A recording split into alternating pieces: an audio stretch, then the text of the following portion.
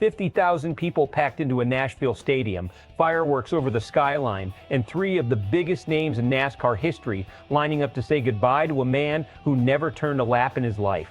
This wasn't a retirement ceremony for a driver, it was something bigger, because for 30 years this man's voice has been blasting out of nearly every garage in the sport, and now he's walking away for good. Alan Jackson, one of the most respected voices in country music, just wrapped up his final full-length concert. The show, called Last Call, One More for the Road, the finale, went down on June 27th at Nissan Stadium in Nashville. Jackson is 67.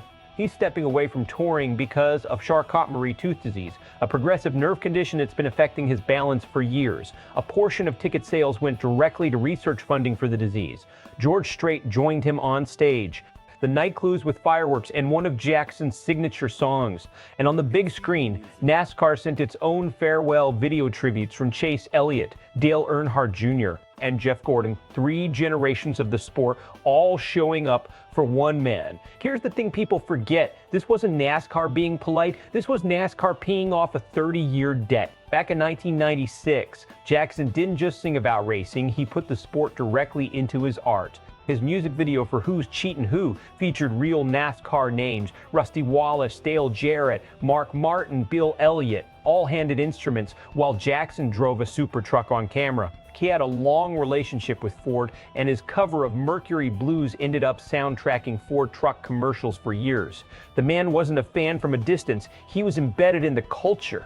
And the Elliott connection runs deeper than most casual fans realize. Jackson is from Noonan, Georgia. The Elliots are from Dawsonville. Same state, same small-town Southern pride. Jackson's friendship with Bill Elliott predates Chase Elliott ever climbing into a race car. So when Chase stepped up to honor him, that wasn't a corporate tribute. That was a family paying respect to a family friend. Gordon's connection is different. It's about timing. While Jackson was dominating country radio with hits like Chattahoochee, Gordon was tearing up tracks in that unmistakable Rainbow Warrior Chevrolet. Same decade, same explosion onto the national stage. 2 guys who defined the culture of the 90s without ever sharing a stage until now. And then there's Dale Earnhardt Jr., maybe the most fitting tribute of all. Let's talk about why this pairing actually makes sense, because on the surface, a country singer and a race car driver don't have much in common. But look closer. Alan Jackson built his entire career on refusing to chase trends. When Nashville was pushing pop, country, and crossover hits, Jackson stayed traditional. He didn't bend the sound to fit the moment. Dale Earnhardt Jr. has spent his broadcasting career doing something similar, pushing back against overproduced coverage, advocating for racing to stay raw, stay real, stay connected to what made fans fall in love with it in the first place. That's not a coincidence. That's 2 guys from different industries who built their reputations the same way, by refusing to fake it. And here's where it gets strategically interesting. Dale Jr.'s own broadcasting career has shifted dramatically. His NBC deal ended in 2023. He took a year away from the booth. Now he's split between Amazon Prime Video and TNT Sports, calling a lighter schedule of 10 races total, 5 on Amazon, starting with the Coca-Cola 600, 5 on TNT, including the Brickyard 400, working alongside Adam Alexander and his former crew chief Steve Latarte. This move is bigger than it looks. Streaming gave Dale Jr. creative freedom that traditional broadcast never could. His post-race beer toast segment isn't boxed into a rigid TV time slot. It runs as long as it needs to run. Winners show up, grab a drink, and just talk. No script, no forced pacing. That looseness, that refusal to be packaged and processed, is exactly the philosophy Jackson built his entire career on, which is probably why it felt so right that Dale Jr. was one of the men saying goodbye.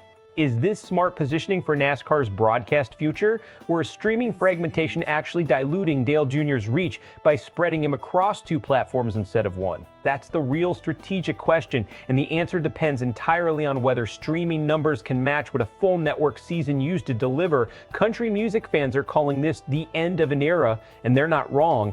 This is a man who shaped an entire genre, stepping off the road for good, dealing with a disease that's slowly taking away his physical control. NASCAR fans, meanwhile, are having a different reaction. A lot of them didn't even realize how deep this crossover history went.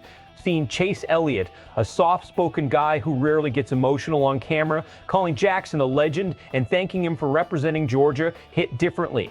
And Dale Jr., flat out admitting he's a fanboy that humanizes a guy who spends most of his weekends analyzing pit strategy. The emotional contrast here is real. One side is mourning the end of a musical era, the other side is realizing just how much their sport owes to it. Best case scenario, Jackson's farewell becomes a defining cultural moment that permanently cements the bond between country music and NASCAR, inspiring more crossover moments between the two industries for years to come, and further legitimizing NASCAR's cultural footprint outside the racetrack. Worst case scenario, this ends up being viewed as an isolated sentimental moment, one that fades from headlines with your week, with no lasting impact on how NASCAR builds its cultural partnerships going forward. So here's the real question. Was this genuine respect built over 30 years of shared history, or was it a calculated, camera-ready farewell designed to trend for a weekend? Drop your take in the comments. Do you think NASCAR and country music are more connected than fans realize, or is this just good timing? If you want more breakdowns like this, the ones nobody else is connecting the dots on, make sure you're subscribed. We're just getting started.